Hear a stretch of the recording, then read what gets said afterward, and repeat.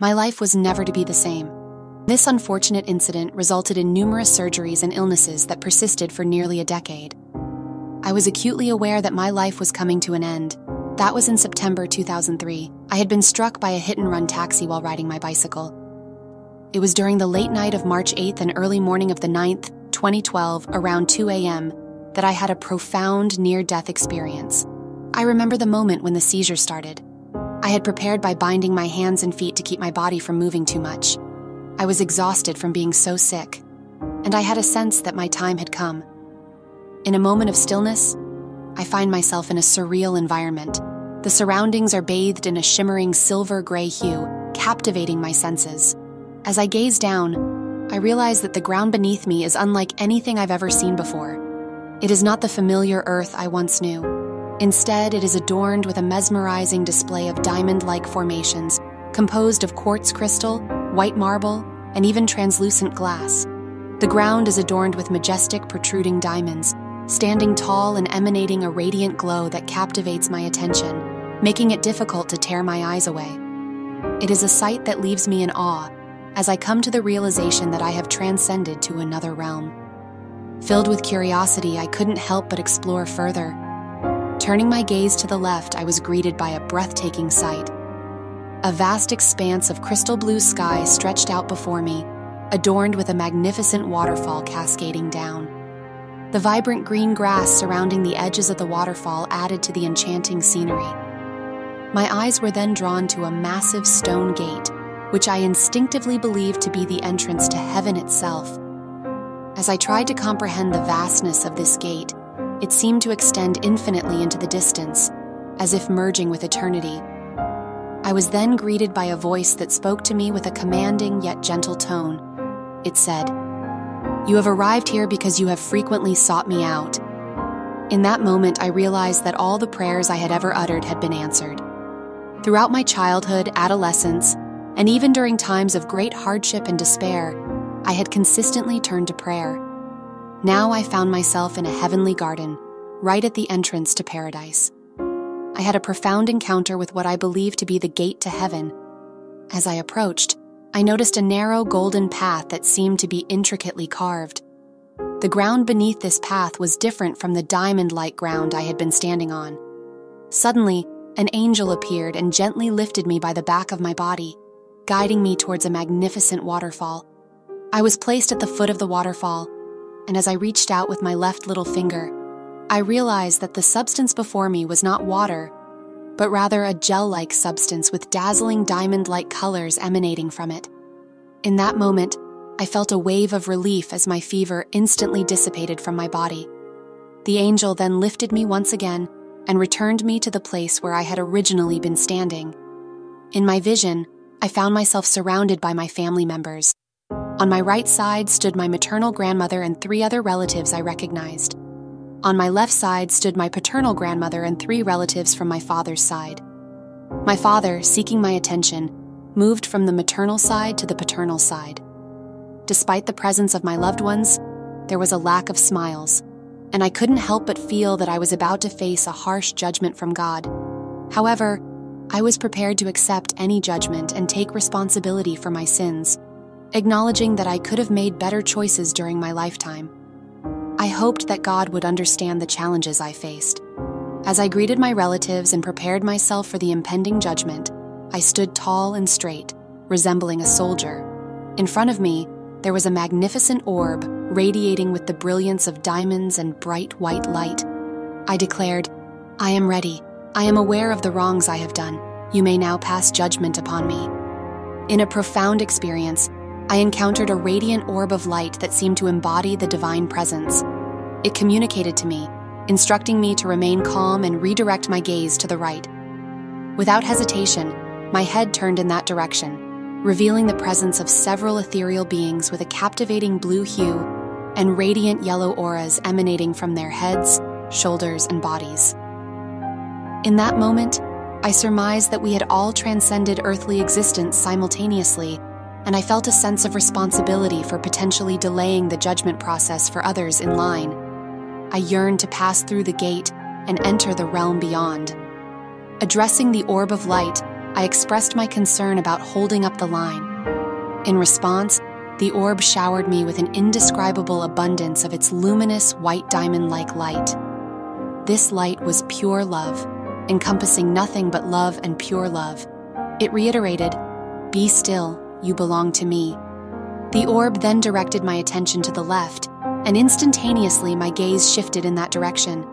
To my astonishment, I beheld rows upon rows of the same awe-inspiring human-like beings adorned in their captivating blue essence.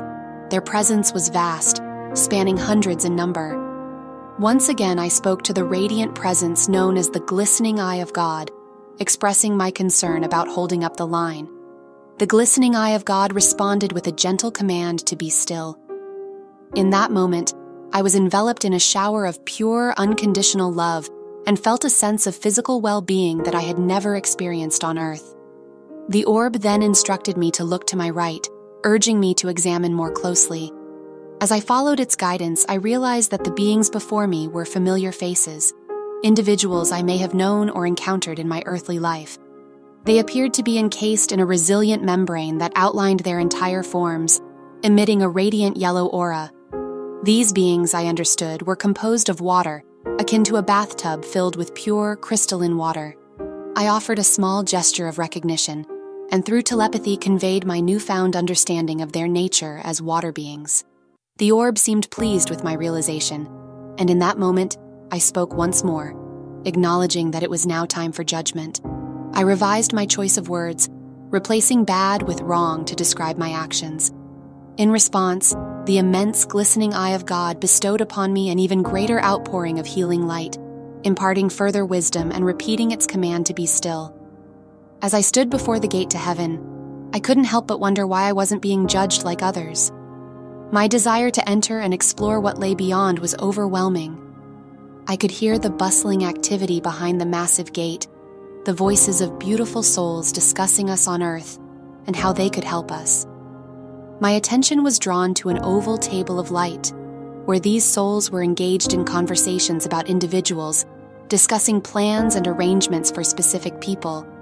Moving on, I noticed a larger table where souls were focused on helping groups, their discussions carrying a sense of purpose and determination. Finally, at the third table of light, more souls gathered, their conversations centered around groups as well, but with a heightened seriousness and intensity. All I yearned for was the opportunity to embark on my journey in heaven and fulfill whatever task awaited me.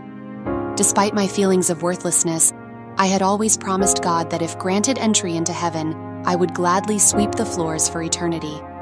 I found myself standing on a sparkling ground, my attention fully focused on the moment.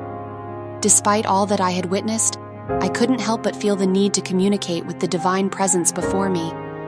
The blue beings in the front row had mentioned that they couldn't hear the words of the radiant orb of light. Glancing at my relatives on either side, I noticed their subtle smiles. It gave me reassurance that I was on the right path. Filled with anticipation, I began to walk along the golden path towards the gates of heaven.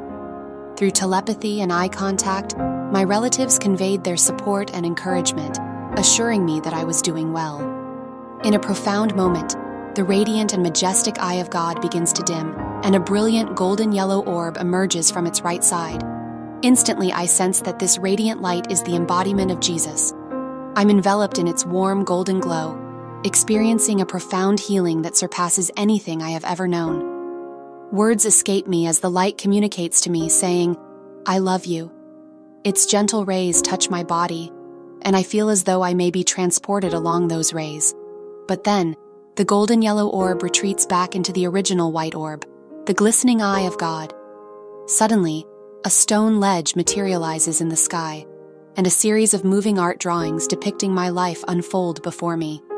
Each drawing showcases moments where I displayed kindness and compassion towards others at different stages of my life.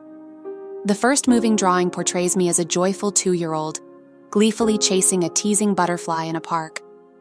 I am adorned in a pinafore-edged dress, reveling in the pure delight of being a little girl.